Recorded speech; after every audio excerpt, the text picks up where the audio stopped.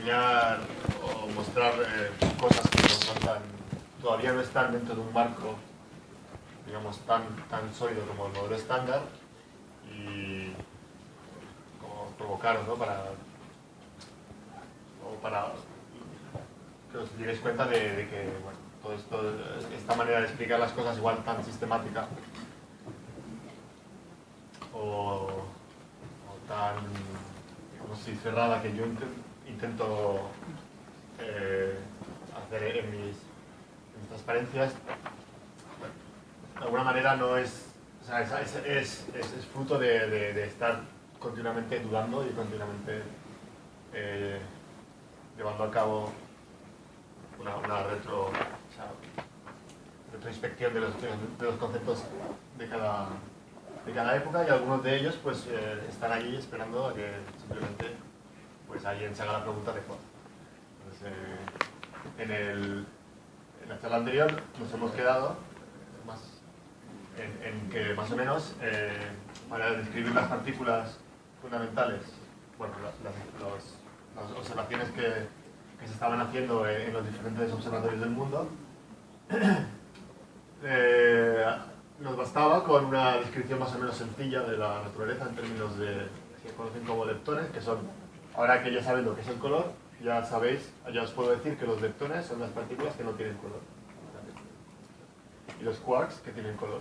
Entonces, en cuanto a leptones, se conocían ya en esta época, ¿no? Cuando empieza ya a instaurarse la teoría del color, pues el electrón y el neutrino electrónico y el muón, que estaba ya por ahí, no se sabía muy bien dónde estaba, y bueno, en los 70 se descubrió el neutrino muónico. Entonces, ahora vamos a centrarnos en esta parte, la parte de los leptones, y la primera cosa que quiero decir es que esta parte del modelo estándar de partículas es la que tiene que ver con lo que se conoce como interacción débil.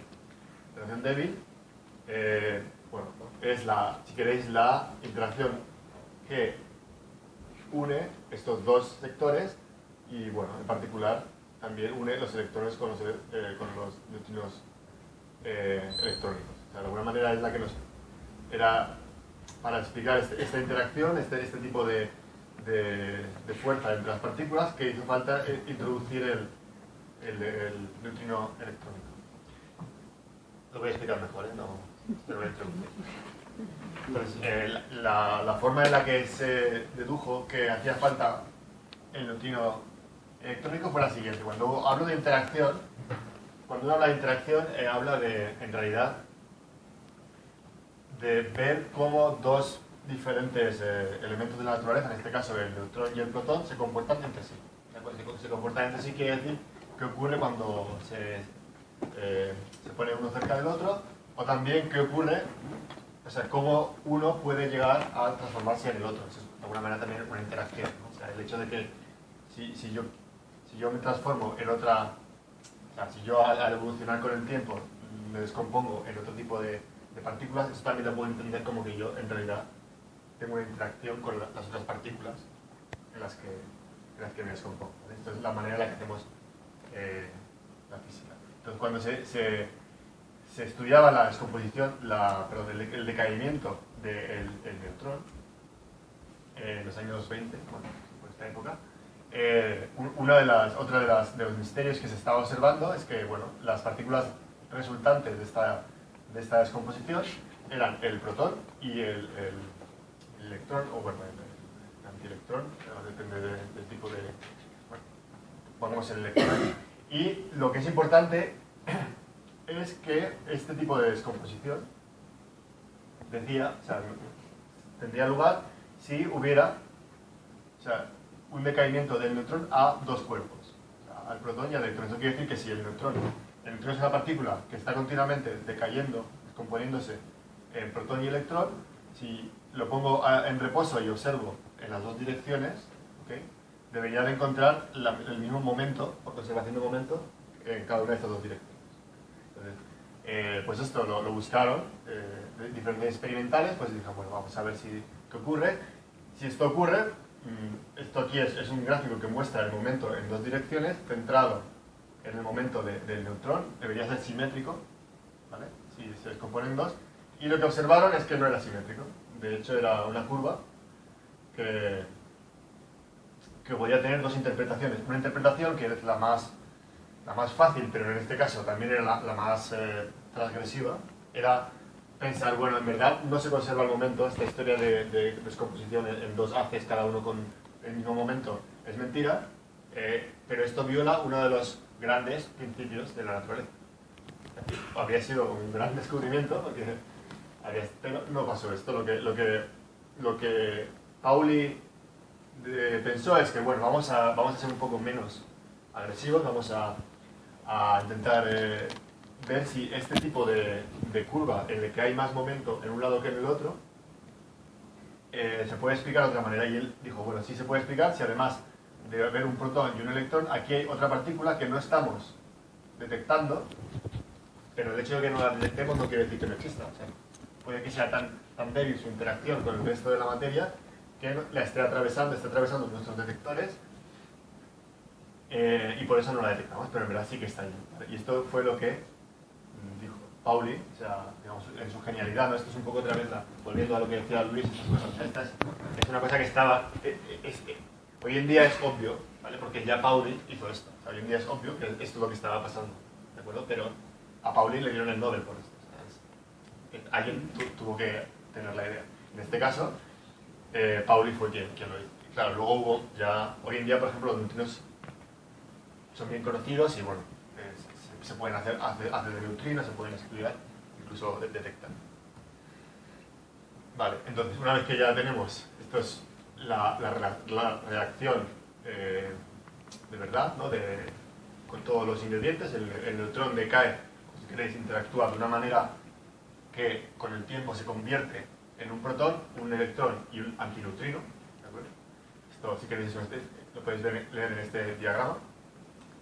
Entonces, lo que hay que hacer como físico teórico es intentar describir este proceso lo mejor que puedas. Entonces, Fermi propuso un modelo para hacerlo, que era básicamente, bueno, pues el neutrón se descompone en estos tres con un índice de decaimiento dado por una constante que me dice conforme pasa el tiempo cuán fácil es para el neutrón desintegrarse en este tipo de decaimiento. Entonces aquí hay una cosa muy interesante que empieza a ocurrir y que tiene que ver también con lo que estaba ocurriendo a finales del siglo XIX, perdón, de que hubiera un problema teórico en la teoría. Si os acordáis, Lord Kelvin también o Michelson, cuando estaban hablando de que la física estaba completa, y había un problema con que, bueno, no estaba tan completa porque había el problema ultravioleta, ¿no? del cuerpo negro, que quería decir que cuando la teoría se extrapolaba, o sea, la termodinámica se entendía bien, el electromagnetismo se entendía bien, pero cuando lo que se entendía bien se extrapolaba a energías, ¿queréis?, más grandes de las que se habían observado, había un problema teórico que llevó a desarrollar la mecánica cuántica. En el caso del decaimiento del neutrón en estas tres partículas, ¿okay?, ocurre un poco lo mismo. O sea, el modelo de Fermi se aceptó rápidamente porque es verdad que en las energías en las que se observaba daba muy buenos resultados para este tipo de decaimiento, incluyendo, por supuesto, la presencia del neutrino, pero dejaba de tener sentido a una cierta energía. Entonces había aquí otra especie de ventana de oportunidad para los teóricos para decir, bueno, o a partir de estas energías, bueno, supongo que ya estáis familiarizados con medir energías en electronvoltios, ¿no? ¿Sí, no? Mirad, bueno, es una unidad de energía muy utilizada en física de partículas y que, fijaros que esta energía es inferior a la que está trabajando el CERN, o sea que en verdad, si en realidad o sea, lo que está diciendo esto es que más allá de estas energías hace falta algo que complete la teoría y esto puede ser algo completamente diferente a lo que entendemos o una corrección. Entonces diferentes grupos se pusieron a pensar en qué podría pasar cómo esta interacción débil, porque este tipo de interacción se conocía como débil porque el decaimiento era muy bajo de las partículas, cómo podíamos deducir modelos que tuvieran sentido más allá de estas energías. Cuando digo tener sentido quiere decir que, por ejemplo, si tú calculas algo en esta teoría y te da que más allá de estas energías es infinito, bueno, pues cuando algo es infinito, lo más probable es que estemos haciendo algo mal. Entonces, gente como Glashow y luego más tarde Weinberg, o más o menos en la misma época, Weinberg y Salam, tuvieron una idea que es, bueno, en verdad no es que el decaimiento esté ocurriendo de esta manera, sino que cuando yo voy a energías más altas, si os acordáis, energías más altas, en esta idea de energías altas como microscopio, quiere decir también distancias más pequeñas. Pues lo que realmente está ocurriendo en esta interacción es dos procesos diferentes. Uno que primero el neutrón está decayendo en el protón y otra cosa, ¿vale? Le llamo W, y luego este W está decayendo en otras dos partículas. O sea, y este tipo de ideas sí que son extrapolables a energías mucho más altas que los 300 gigavoltios. ¿De acuerdo? Entonces, os pongo esta transparencia para que veáis cómo a veces también el progreso puede ser teórico. O sea, cómo a veces hay un desafío, experimental en el que hay algo que explicar que no entendemos. O sea, por ejemplo, antes os acordáis, había muchas partículas, había que clasificarlas. Claro, si queréis un desafío experimental, aquí había un desafío teórico. O sea, no es que se haya observado todavía qué pasaba, pero ya se sabía que el modelo de Fermi tenía que estar completado de alguna manera. Glashow, Salam y Weinberg se dieron cuenta de que este decaimiento, o si queréis la interacción débil, entendiéndola como que hay dos procesos en lugar de uno, y entre medio hay otra interacción mediada. ¿Se acuerdan que las interacciones las medían? Las podemos entender como que hay una especie de medio habitable entre medio. O sea, si ese medio nuevo tiene este nuevo tipo de partículas, la teoría es mucho mejor. ¿Okay? Lo hago un poco así de vueltas, pero creo que me explico. Entonces, la primera pregunta es, bueno, eso está muy bien, pero ¿esto dónde está? O sea, esto no se había observado. Entonces, este desafío ahora empieza a ser un desafío para los experimentales. O sea, si realmente la naturaleza se comporta así, hay que intentar encontrar estas partículas. Las partículas son partículas que tienen la masa muy alta para esa época, para la época de... Y el hecho de que sean masa alta quiere decir que se propagan muy poco cuando la masa, si queréis, bueno, da lugar, voy a decirlo así rápidamente porque si no, no es para nada aquí las uvas.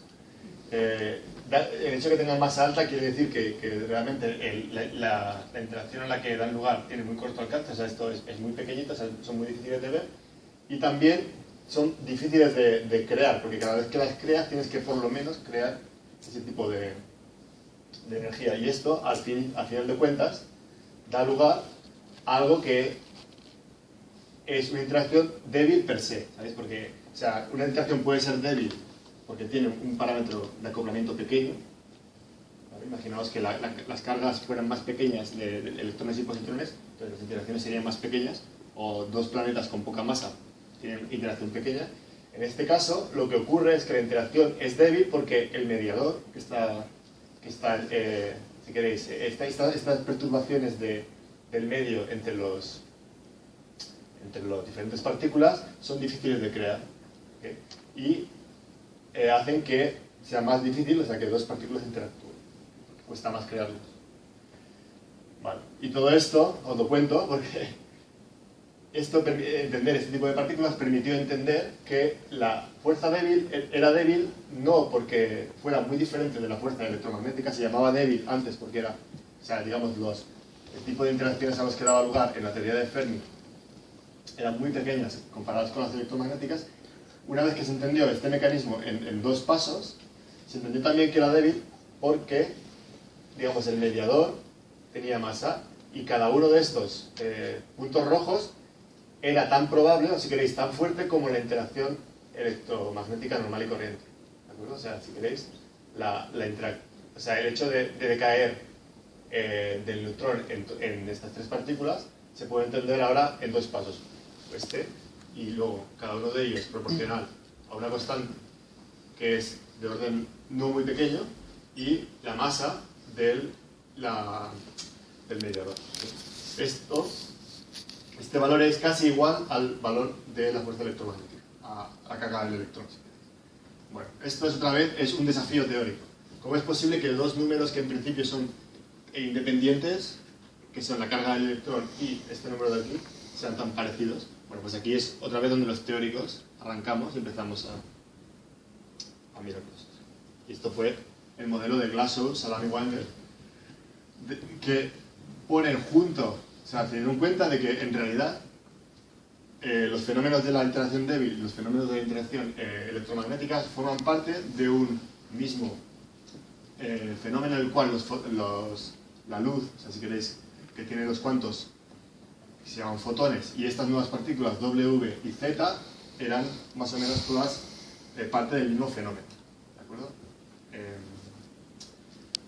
Se entendió también que tanto quarks como leptones, o sea, los dos sectores estos que os ponía antes, interactúan entre sí y, o sea, entre ellos mismos y un sector con otro a través de estas fuerzas electromagnéticas. Bueno, y la parte pura y dura, digamos, de la interacción débil, eran los Ws que os he puesto antes y otra partícula neutra que se llamaba Z. ¿Okay? Todo esto, si queréis, empezaba a dar también más estructura, ¿okay?, de interacción, o sea, empieza a añadir un poquito más de complejidad a este cuadro de aquí, pero también es bonito porque también te permite o sea, desarrollar una teoría más allá de la teoría de Fermi y que además mezcla, si queréis, quarks y leptones. Bueno, todo esto estaba muy bien, pero en los años 70, cuando más o menos esta teoría se estableció, faltaba de descubrir este tipo de corrientes, o de partículas, W y Z. Esto, la verificación experimental se hizo aquí, en el CERN, el primero de los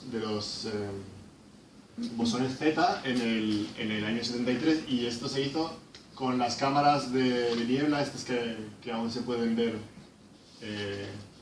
en la exposición que tenéis. Bueno, se podían ver, supongo que todavía está. Sí, bueno, Gargamel es la cámara, es la cámara de niebla que está delante de la división teórica. Y finalmente en el 83, también aquí en el CERN, se descubrieron los W y los Z, y aquí está Carlos Rubia, muy contento, porque le iban a dar el Nobel por eso. O sea, en realidad había un problema, o sea, otra vez, lo vuelvo a explicar. En realidad, el problema aquí era teórico, o sea, si no existieran ese tipo de partículas, algo tenía que pasar a estas escalas de 300 gigaelectronvoltios para que la teoría tuviera sentido. Esto era lo que los teóricos preferían y luego los experimentales lo midieron. Aquí hubo pues, premios Nobel para todos, aquí no hubo el problema como con Peebles, que todo el mundo estuvo contento. ¿Esto se acababa aquí? No, todavía hubo más partículas que empezaron a aparecer. Ya os he contado que también el muón tenía su partícula de neutrino asociada, y esto, una vez que se entiende también la teoría electrodébil, es necesario. O sea, ahora cada uno de estos leptones tiene que tener un componente neutrínico asociado. De manera que ahora cuando un neutrón decae, ahora puede decaer como antes en un electrón, positrón. Bueno, y este neutrino, ¿os acordáis de química, no? Que esto se puede poner delante y detrás. Pues aquí igual. O sea, el neutrón puede decaer o al revés, el neutrón puede interaccionar con el neutrino electrónico y crear el electrón y el protón, o también el neutrón puede interactuar con el neutrino muónico y crear el muón y el protón. Entonces ahora esta partícula, neutrino muónico, se detectó. Jacques Steinberger también es parte del CERN, de hecho hoy he ido con él en el tram, y también fue uno de los grandes experimentales, ¿no?, que ayudaron a construir un modelo estándar y que, bueno, en particular detectar el neutrino muónico. Perdona. Sí. Antes hemos visto que los gluones tenían color por los quarks y tal. Sí. Entonces los bosones W y Z No tienen color, no tienen color. Los bosones WZ tienen... O sea, son como los leptones. En realidad, por ejemplo, aquí, o sea, los gluones sí que cambian el color de las cosas. Aquí en verdad no cambia el color. Cambia lo que se llama el sabor. Sí. O sea, sí, los nombres son así. Si queréis, a partir de... cuando vamos en esta dirección, se dice que se está hablando del sabor de las partículas. Up, down, strange. Cuando se va en la dirección está el color. Son dos propiedades también independientes de las partículas. Sí, esto lo tenía que haber dicho. Los bosones, estos cambian el sabor de las partículas.